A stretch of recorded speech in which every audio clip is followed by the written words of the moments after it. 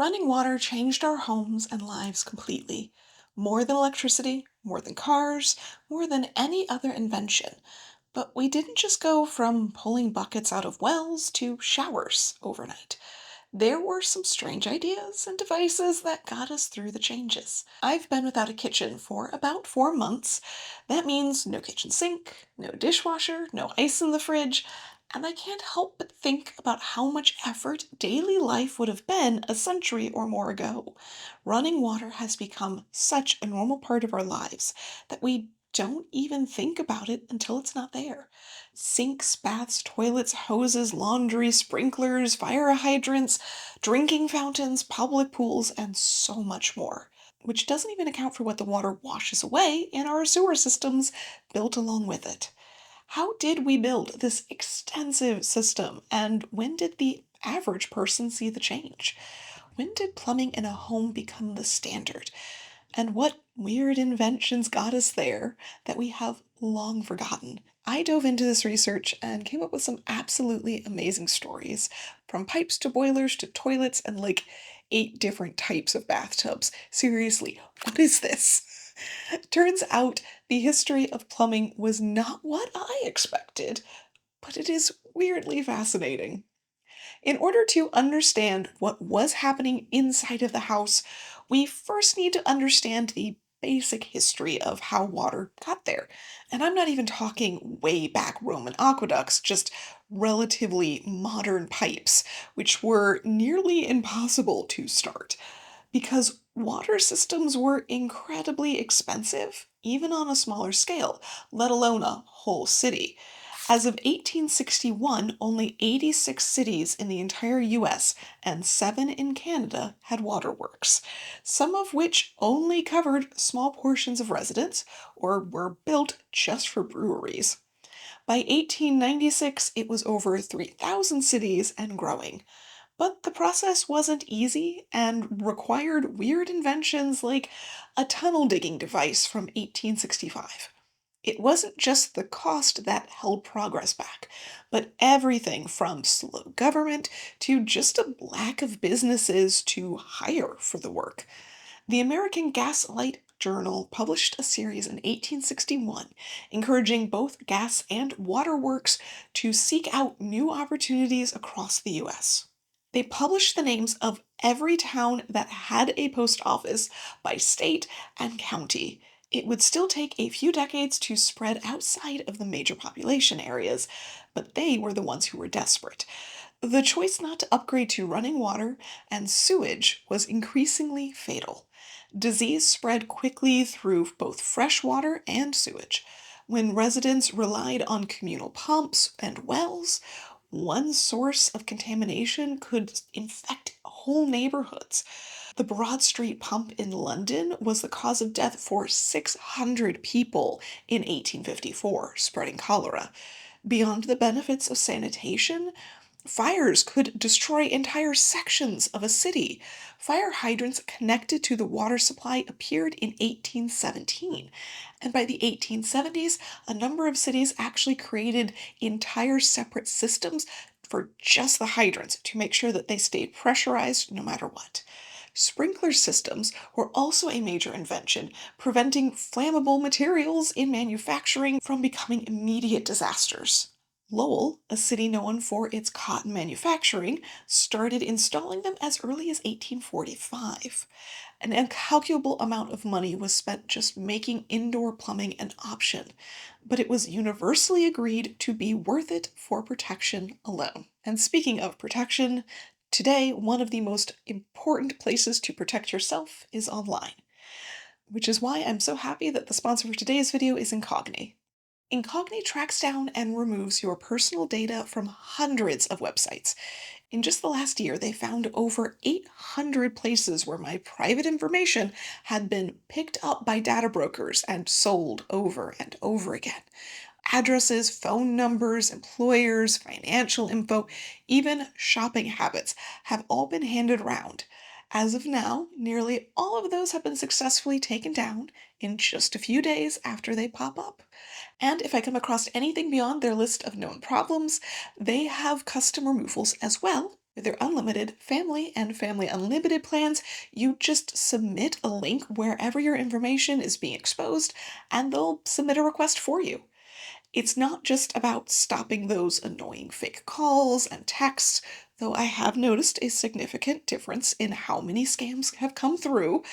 It really doesn't take much to piece together enough information to have your identity stolen or accounts open under your info. It doesn't matter how much you willingly share online. Every account, every order, every time you visit a website at this point, you hand over access to a little bit more information. There's just no way to keep up with how far it spreads. Incogni actually has an estimated time saved ticker on your dashboard, and mine is already over 600 hours. There's no way I could have handled that myself. Everything from your contacts to health, employment, demographics, and even family connections is regularly picked up and sold. So take back your personal data with Incogni. Go to incogni.com/NicoleRudolph and use code NicoleRudolph to get 60% off an annual plan. For the experience of the average person, however, City Supply was only one small step, and not even a necessary one or a useful one. In fact, nearly all advertisements for plumbing hardware had fine print about how much pressure the water needed to be in order to be operational. Turns out many waterworks were not built to a growing standard and had abysmal pressure, or even busy days that they barely worked at all. Instead, many people relied on their own water sources like they had for generations. Wells and cisterns had plenty of equipment options to take them from dipping a bucket in to a fully operating home of faucets. Some placed the cistern in the attic, which not only helped with gravity on your side, but prevented freezing in cold climates. If more pressure was needed, windmill pumps were advertised in the late 19th century, and pneumatic options seem to have taken over in the 20th. This 1922 advertisement says you can operate the pump like you grind your coffee. It's still some manual effort in that case, but for those far outside of city limits, it looks like a pretty good option. Bringing water in was only one part of the equation, however. Understandably, they were more concerned with how waste would be taken away to start with. The same issues with city structures applied, if not a few more. Just where to empty things out was a big problem, or whether the pipes were actually emptying at all, or just letting stuff sit. Sewer gas built up in many areas, leading many to resist joining up with that modern technology. No one wants a vent to that in their home. For those relying on their own system, cesspools or septic tanks were the alternative. Some literally found a hole to build their house near so they could fill up a natural pit instead, which is more than a little terrifying from the perspective of a new neighbor digging in to make a basement. One of the articles referred to that as evil consequences. I can't disagree. While a city of sewer gas may not be a threat then, there was still plenty coming back up the pipes. Adding water to the mix definitely helped, but advancements in things like S-bends to prevent gases from rising back up actually date back to the 18th century. Though I think the more well-known invention, or rather inventor, is the U-trap from 1880 from Thomas Crapper. Seriously. For households, this was all part of a perpetual issue with sewer gases. And not only did they smell, but they could genuinely be dangerous. One of the methods they developed, which we still use today, is a vented system. What they call a soil pipe, usually made of cast iron, would extend out of the roof for venting. This also helps with the gurgle noises and air trapped in the pipes. The downside is that every vertical section needs one. So it's far easier to clump all of the fixtures around one big stack. My house is a perfect example of that. There is one stack that starts in the basement bathroom, goes up to the half bath, and then continues all the way through the closet in one of the bedrooms to vent. But the main stack takes care of the laundry, kitchen, and bathroom, each on a different level. The sinks had a small additional vent, but the washing machine, toilet, and bathtubs all drained directly into the main. Clumping the fixtures also means less drainage to run the pipes through the structure. The larger the soil pipe, the less likely it would clog easily, but the more room you needed to give it. I gained back about 3 inches of kitchen wall when we replaced my original cast iron with new versions. It was also recommended to put a grease trap in the kitchen sink drain for the same reason. On average, they used far more lard and fat in cooking, and that would not only get into the pipes and stay there, but mess with the septic tanks as well. The nice part was, just like today, however, homeowners didn't need to fully understand how plumbing worked to install it, even in DIY situations. Catalogs sold entire sets of pipes, boilers, sinks, and bathroom fixtures. Both Sears and Montgomery Ward advertised that you could send in your house info and they'd design a whole home system for you. There was a space to draw out a scale version of your floor plans, complete with where you would like the fixtures to go. They'd measure out how much pipe length you would need, how many drains, how many joins, general supplies, and more. Detailed instructions were included and are still actually accessible today. A few things were adjusted for the homeowner who may not have the experience of an actual plumber, like sealing the joints with oakum, fibers like hemp with tar or pine tar, sometimes made from pulling apart ropes from ship riggings, and cement instead of lead, simply because your average homeowner didn't know how to solder. Adding in an entire system of running water was advertised as being surprisingly easy, which does explain some of the very questionable things in older homes where structural walls were just chopped into for pipes. It's probably a DIY homeowner situation, even 100 years ago. As for what the rest of that kit entailed, there is a bit of an assortment on what was recommended for the pipes, for instance, and while the list doesn't change much over the decades until recently, with things like PVC or PEC and the like, there is an ever growing list of when to not use certain types. Everything has a lifespan, and some options don't do well with certain situations, like climates or hard water, soft water, or so many other things. Apparently, rats gnawing holes through lead pipe was concerning far before lead poisoning from the water was acknowledged. I mean, they knew lead was poisonous, just thought that lining the pipes in other metals would be enough, but that kind of erodes away. Most, however, were iron pipes, cast, wrought, or galvanized, some brass, and some lead as well. Occasionally, we move on to copper. My mid 20th century house had cast iron for the soil pipes and galvanized steel for the water lines, both extremely common at that time. We now know that those eventually rust out and clog up. Cast iron has about an 80 to 100-year lifespan, and galvanized steel is more like 40 to 60. I was a little overdue. Mine were basically fully clogged arteries. Apparently, even in this 1916 article, the use of galvanized iron for water lines can fail in less than 5 years when dealing with hot water. Lead pipe did not have the same problems and was actually bendable, reducing joints that could leak.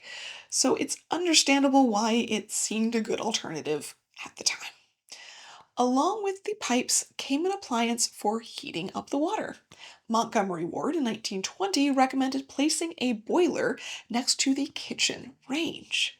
It has a recirculating system that moves the hot water through the stove to keep it from cooling down. A surprisingly efficient use of energy back when the stove was usually running all day. A water heater installed in the basement is also an option at that time, which might be preferred for space or visual reasons. Those are fueled by gas, wood, or kerosene. Others might choose to install individual water heaters. This seems to be more common for things like showers, bathtubs, or anything that needs a large amount of hot water on demand. Especially useful since hot and cold water were still on separate faucets in the majority of cases. Combination fixtures, what we have today with one or two knobs that mix temperature for one faucet, were invented in 1880, but not really common in catalogs until the 19 teens. Instead, mixing chambers could be installed, sometimes along with the individual water heater, to make sure that what was coming out of that shower head was a controllable temperature. One of the reasons that showers were far less common until the end of the 19th century. You can fill a tub with the right amount of cold and hot water and mix it there. Having one cold shower head and one hot seems like an absolute torture. Speaking of tubs and showers, though, the range of items in these catalogs is wild. Put aside anything you know from the modern bathroom, and we're going to go shopping through the outfits available, starting with the sink. The ones in the bathroom went from being referred to as wash stands in the 1880s, a holdover of actual wash stands with removable basins that could be filled with a pitcher, to lavatories by the 1920s. Sinks were specific to functional areas like the kitchen. Some of the catalogs recommended having a kitchen, vegetable, scullery, and slop sink.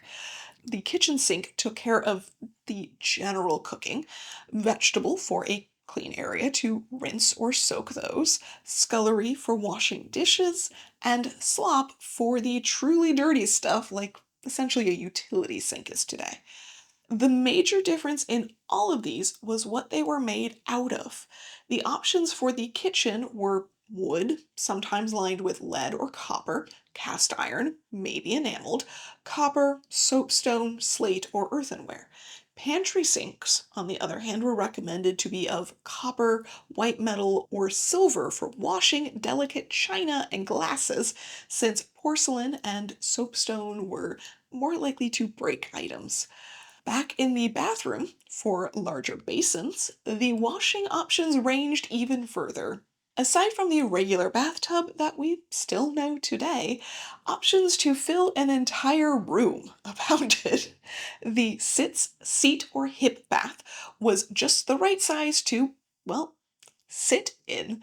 The bidet was a smaller bath for the same area, though not for submersion, just splashing water for regular cleanings instead of using toilet paper, just like it is today. Note that toilet paper was not invented until 1902. Before that, rag paper, and the like was in use. So it's not like there wasn't something, just purchasing something was a novel idea, rather than just using scraps. The recycling. But it turns out those didn't do so well in pipes. You know, elevated smaller tubs were meant for babies or children, depending on size. Foot baths were also quite popular in catalogs, sometimes sold as a combination hip and foot, so you could take care of both with one device. Showers also did not escape the range of creativity. In addition to the shower head, like we're used to, needle baths are in tons of advertisements around the turn of the century. These cage like structures were full of tiny holes that sprayed the entire body from all angles. They also came with additional features like liver sprays and bidets, basically more intense sprays from the side or below. That's the plate glass shower was around by 1908 as well, bringing us towards showers that at least resemble what we have today. You'll likely notice that the shower and bath are pretty much always separate. This transition to combined seems to happen in the 1920s as more and more homes were fitting in or retrofitting bathrooms. This means smaller spaces needed to make do, and combining those makes perfect sense. Some homes had no space or no money to do the full bathroom. Instead, running water to just the kitchen and adding in a space saving feature.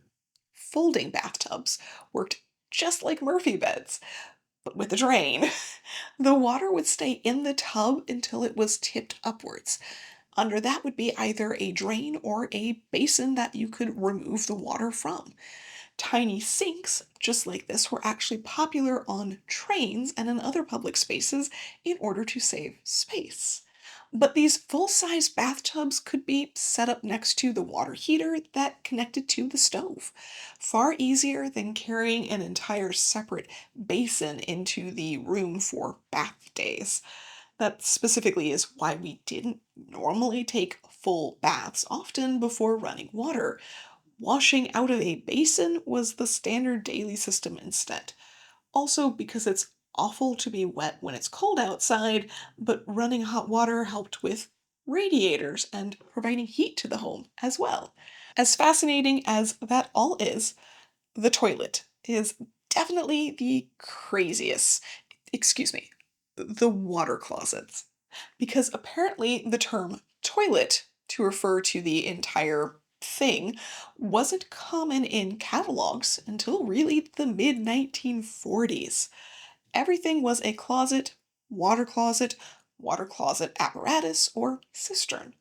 But regardless of name, the 19th century ones were elaborate, even the cheaper ones.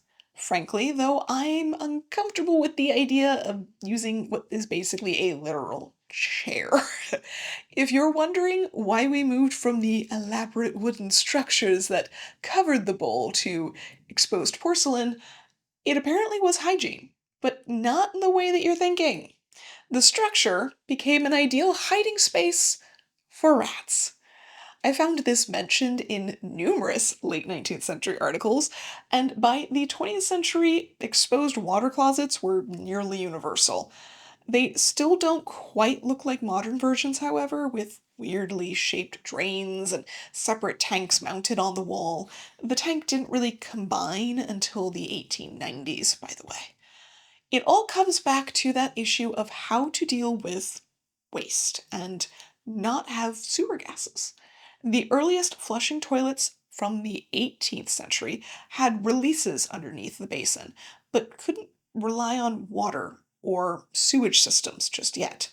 Water tanks were added by the 1840s as soon as that became an option, and the high tank mounted up on the wall meant faster water with gravity. One of the first exposures average people had to this apparatus was actually in 1851 at the Great Exhibition, when Josiah Jennings showcased a version with a basin that held water and a bent drain to help prevent sewer gases from rising up. Attendees could use it for 1 penny, hence the phrase spending a penny. Flushing rims were suggested as early as 1882 and seem to be incorporated into a number of examples around that time, not just in use for water closets, but for those heavy duty slop sinks as well. Deciding how the removal of the water and waste would happen was a little bit more complex. There was constant discussion about how to keep everything clean and which apparatus was better for that task. The range of devices seems to mostly depend on little flaps or cutoffs in the drains for quite some time. A small closure that would sit either right at the bottom of the basin and flap down, or dropped into the drain and lifted up, sometimes like a plunger. That's if there was anything at all. Whether it was just a deep basin that would rely entirely on that extra volume from the tank flush to make it out of the bendy drain. Today, we have two primary options, the siphon or the washdown. Both rely on a sudden influx of water to push what's sitting in the basin over a curve in the drain, the same one that prevents the sewer gases from coming back up. Washdowns just have a larger drain to make that easy, while siphonic features a narrower and more complex drain to create suction as the air bubble moves out. Siphonics are more common in the US region. Neither has a valve in the drain area, just one in the tank. That complex shape of the drain underneath also does the work of blocking out sewer gases. The valve flap system did actually stick around in sinks for much longer, however. A small plug with a chain was kind of the default for a while, but the chain would sometimes break, and then you would have to reach into the water to get it out, or they'd be lost entirely. Not ideal by hygienic standards. Apparently, the little lever behind the faucet that we're still used to seeing was around, but not common, in the 1880s for that purpose. That Murphy bed sink option was also praised for its hygienic nature in shared public spaces. Instead of having to deal with the drain, you just tipped the basin upwards. I'm sure that the same people that were really concerned about all those hygienic things would hate that we've returned to a pop up style that requires hands in water again. Manual plugs also stuck around in bathtubs for a much longer time. One of the weird alternatives for a moment was a tall trumpet shaped plug that allowed for overflow, though was in the way with smaller bathtubs. Efforts to keep the plumbing silent also interfered with sanitation. One invention filled the bathtub from the drain underneath rather than from a faucet. Quiet, but theoretically overlapped with waste for a short distance. The way that the article discusses what comes out of these drains is frankly concerning to me as to what people were washing off, though. Not surprisingly, public baths and restrooms were some of the greatest sufferers of that issue.